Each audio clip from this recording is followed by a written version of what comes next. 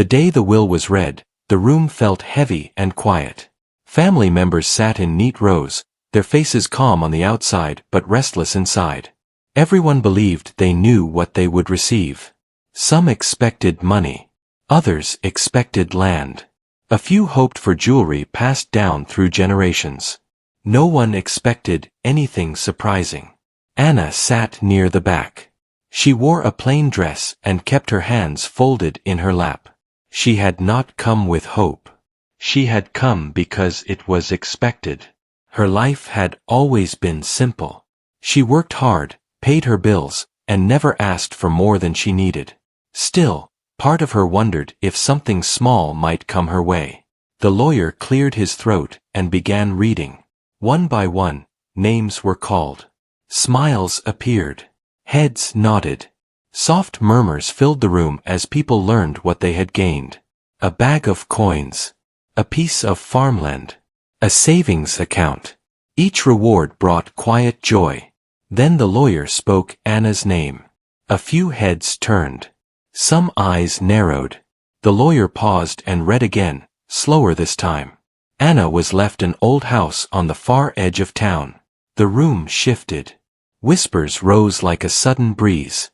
People leaned toward one another. Some shook their heads. Others smiled with pity. Everyone knew the house. It had been empty for years. The roof bent downward like a tired back. Windows were broken. The yard was filled with weeds taller than a person's knee. Anna felt heat rise to her face, but she stayed calm. She did not speak. She did not ask questions. She simply listened as the lawyer finished reading the will. When it was over, chairs scraped the floor. Voices grew louder. Relatives gathered in small groups, counting their gains and praising their luck. A few glanced toward Anna, then quickly looked away. One woman whispered that Anna had been given a problem, not a gift. Another said the old house was worth nothing. Someone laughed quietly. Anna stood and walked toward the lawyer. He handed her a small envelope. Inside were the keys and a simple paper with the house address written in neat ink. The lawyer met her eyes and gave a slow nod, as if to say more than words could. Anna thanked him and turned to leave. Outside, the sky was pale and clear. The town street felt louder than usual. She walked past shops and homes that looked warm and cared for. Her steps slowed as she thought about the house waiting for her. She remembered visiting it once as a child. Even then, it had looked tired. Her grandmother had lived there long ago. The woman had been quiet but strong, known for working with her hands and helping others without asking for praise. Anna remembered the smell of wood and oil, and the sound of tools tapping softly in the distance. Most people had forgotten that house. Some thought it should be torn down. Others believed it was cursed by bad luck. Anna had never believed in such things. Later that day, Anna borrowed a bike and rode toward the edge of town. The road grew narrow, and the houses grew fewer. Trees leaned close, their branches stretching over the path. When she reached the iron gate, she stopped. The gate was rusty, barely standing. She pushed it open with a creak that echoed through the quiet air. The house stood before her, larger than she remembered. Its walls were cracked, and paint peeled away like old paper. One window hung open, tapping gently in the wind. Anna walked closer. She touched the door. The wood felt rough but solid. She placed the key into the lock and turned it slowly. The door opened with effort, releasing a deep, dusty smell. Inside, the house was silent. Light fell across the floor in thin lines. Old furniture sat covered in sheets. A chair leaned against the wall, as if it had been left in a hurry. Anna stepped inside and closed the door behind her. She did not feel fear. She felt curiosity. She walked through each room, careful not to trip over loose boards. The kitchen held broken plates and a cold stove.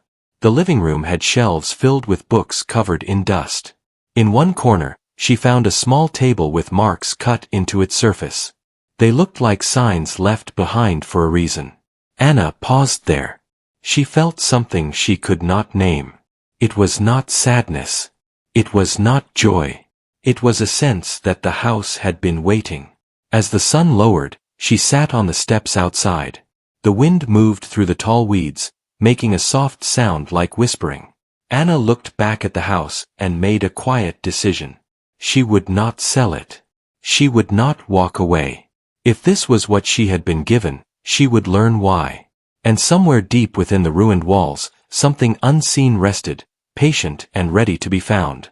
The next morning, Anna returned to the house with a small bag and a clear mind.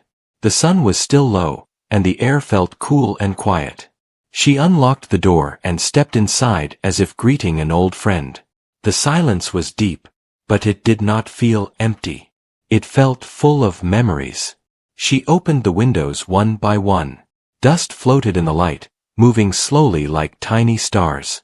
The house creaked as if it was waking up after a long sleep. Anna tied her hair back and began to clean.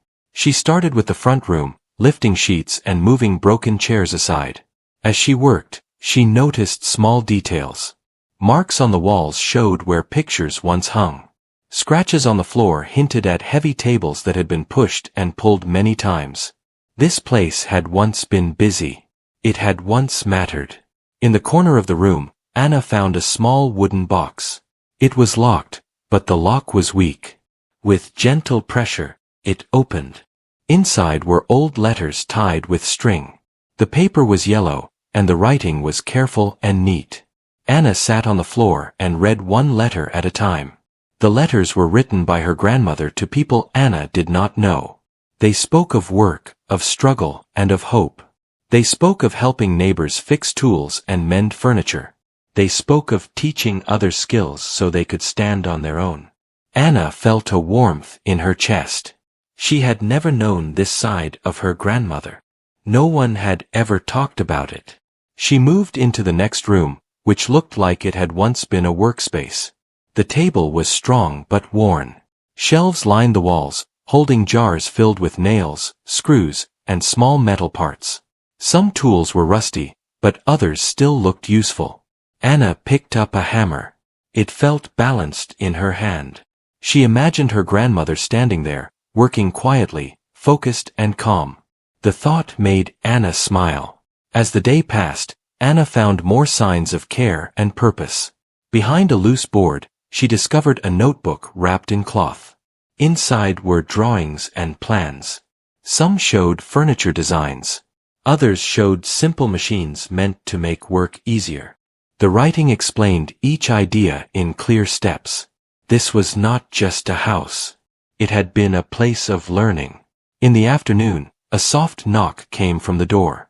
Anna opened it to find an older man standing there. His hair was gray, and his clothes were plain. He looked at the house, then at Anna. "I heard someone came back," he said kindly. "I live down the road."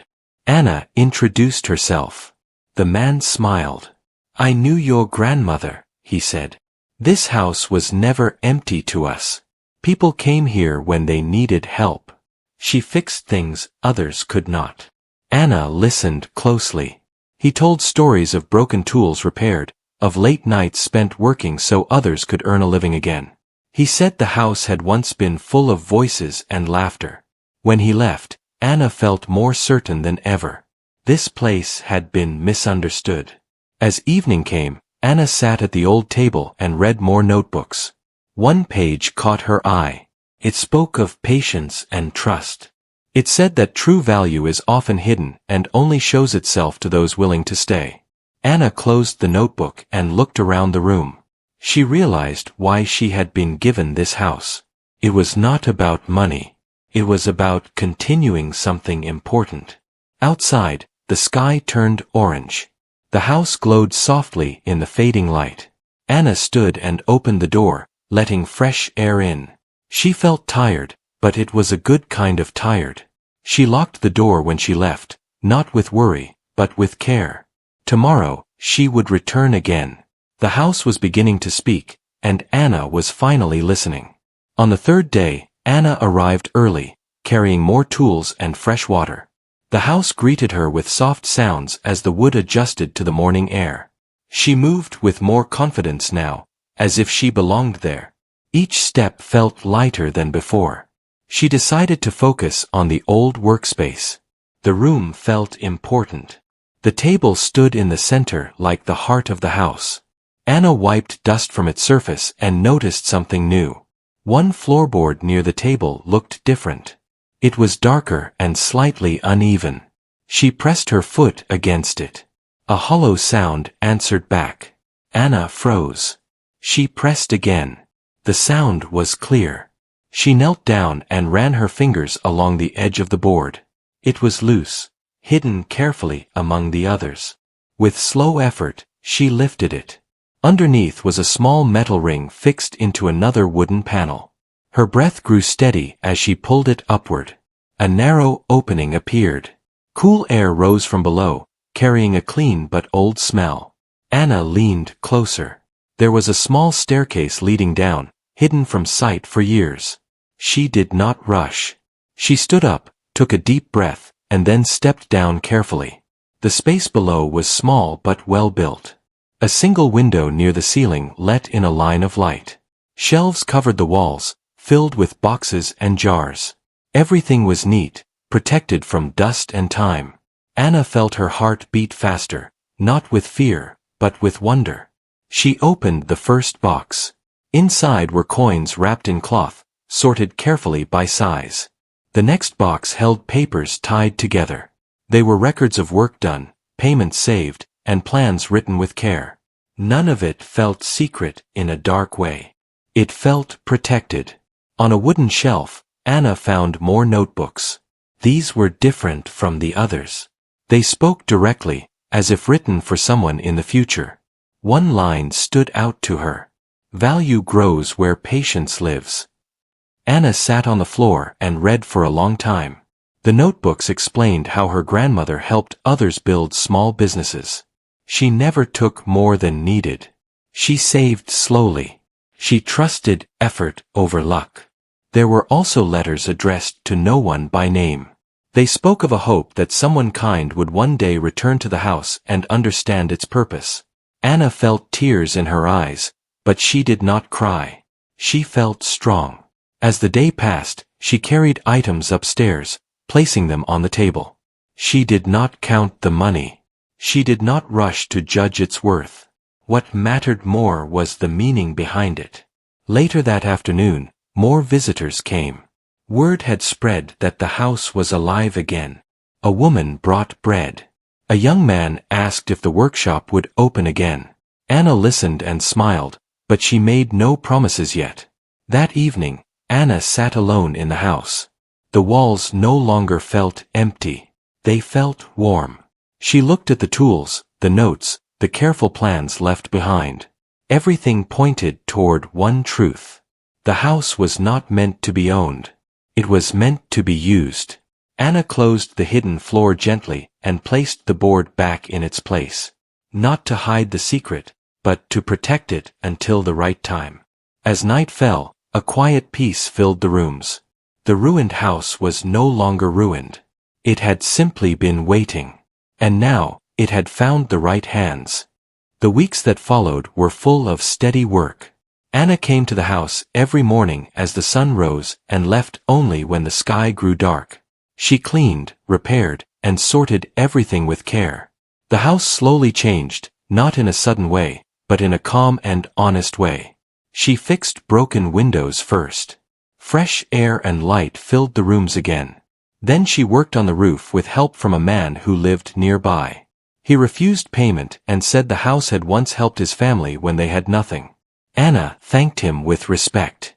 Inside the workspace, she cleaned each tool and placed it back on the shelves. Some tools were too old to use, but she kept them anyway. They told a story. Others were still strong and ready. She repaired the table and sanded its surface until it felt smooth under her hands. Anna read more from the notebooks each night. They explained not just how to build things, but how to treat people. They spoke about fairness, patience, and sharing knowledge. Her grandmother believed that skills were more valuable when passed on.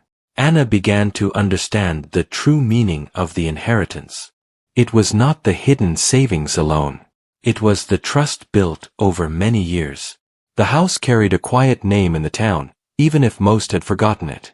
One morning, Anna placed a simple sign outside the gate. It read, "Workshop open. Help and learning welcome." She did not know who would come. She only knew she was ready. The first visitor was a young boy with a broken chair. He stood at the gate, unsure. Anna invited him inside and showed him how to fix it. She let him use the tools and guided his hands. When the chair stood firm again, the boy smiled with pride. The next day, a woman came with a damaged cabinet. Then a farmer arrived with tools that no longer worked. Anna helped each one, teaching them how to repair things themselves. She asked for nothing in return. Word spread quickly. The house filled with sound again. Voices, laughter, and the steady rhythm of work returned to its walls. People brought food, wood, and stories. Some stayed to learn. Others came just to watch and remember. Anna felt tired often, but her heart felt full. Each evening, she cleaned the workspace and locked the door with care. She spoke softly to the house as if it could hear her. In a way, it could. One afternoon, Anna received a visit she did not expect. Her relatives arrived together. They stood outside the gate, looking confused. The weeds were gone. The walls were painted. The house stood tall and proud. They walked inside slowly. Their faces showed shock. The ruined house they once laughed about was now full of life. They asked questions. How did this happen? Where did the money come from? Why was everyone here? Anna answered calmly. She spoke of work, learning, and time. She did not speak of the hidden room. She did not speak of the savings. Those things were not meant for pride. One relative shook his head and said the house was worth more now than all the gifts they had received. Others stood silent. Anna did not argue. She simply returned to her work. That night, she opened one final notebook. On the last page, her grandmother had written a simple message. This house will test hearts. Only one who gives will truly receive. Anna closed the book and smiled. She finally understood everything. The inheritance had never been ruined. It had been carefully chosen. And now, the house stood once more as a place of purpose, built not on wealth, but on care, patience, and quiet strength. Time passed, and the house became a steady part of town life. People no longer called it the ruined house. They called it the old workshop. Some called it the helping house. Children ran through the gate without fear. Adults stopped by after long days of work. The place felt alive from morning to night. Anna never asked for praise. She worked quietly, teaching anyone who wished to learn. She showed people how to fix chairs, repair doors, and build simple tools. More importantly, she showed them how to believe in their own hands. Many who came felt stronger when they left. The workshop began to change the town in small but powerful ways. Fewer things were thrown away. People shared what they knew.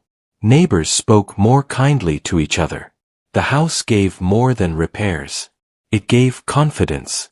One day, a town meeting was called. Leaders wanted to speak about growth and future plans. Anna did not plan to attend, but many people asked her to come. They said the workshop had become important. She agreed, though she felt unsure. When Anna arrived, the room grew quiet. Some people smiled. Others nodded with respect. The same relatives who once laughed at her inheritance were there too. They watched her closely. A town leader stood and spoke about change. He spoke about how the town had become stronger, not through money, but through shared effort. Then he spoke Anna's name. He told the story of the house. He told how it had been forgotten, then restored, not with wealth, but with care. He said the workshop had helped more people than any program or plan. The room filled with soft voices of agreement. Then something unexpected happened. The leader announced that the town wished to protect the house. They wanted it recognized as a place of learning and support. They asked Anna if she would allow it to remain open for future generations, with help from the town when needed. Anna stood still.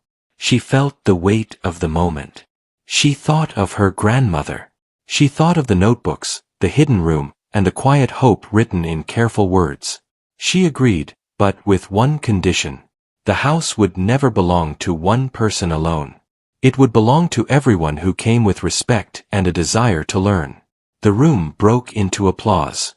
Some people wiped their eyes. Even her relatives looked stunned. Later that evening, the relatives approached her.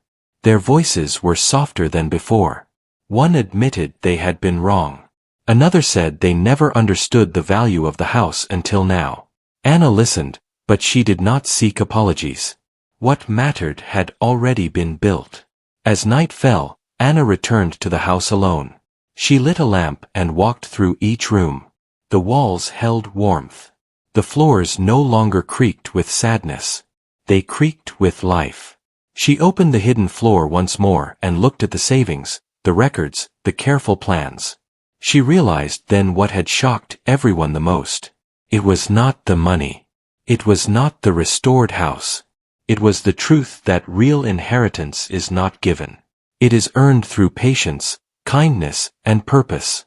Anna closed the hidden room and placed the board back gently. She sat at the table where her grandmother once worked and felt a quiet peace settle over her. Outside, the house stood strong against the night. No longer ruined. No longer forgotten. It had become a symbol. And the girl who received nothing had gained everything that truly mattered.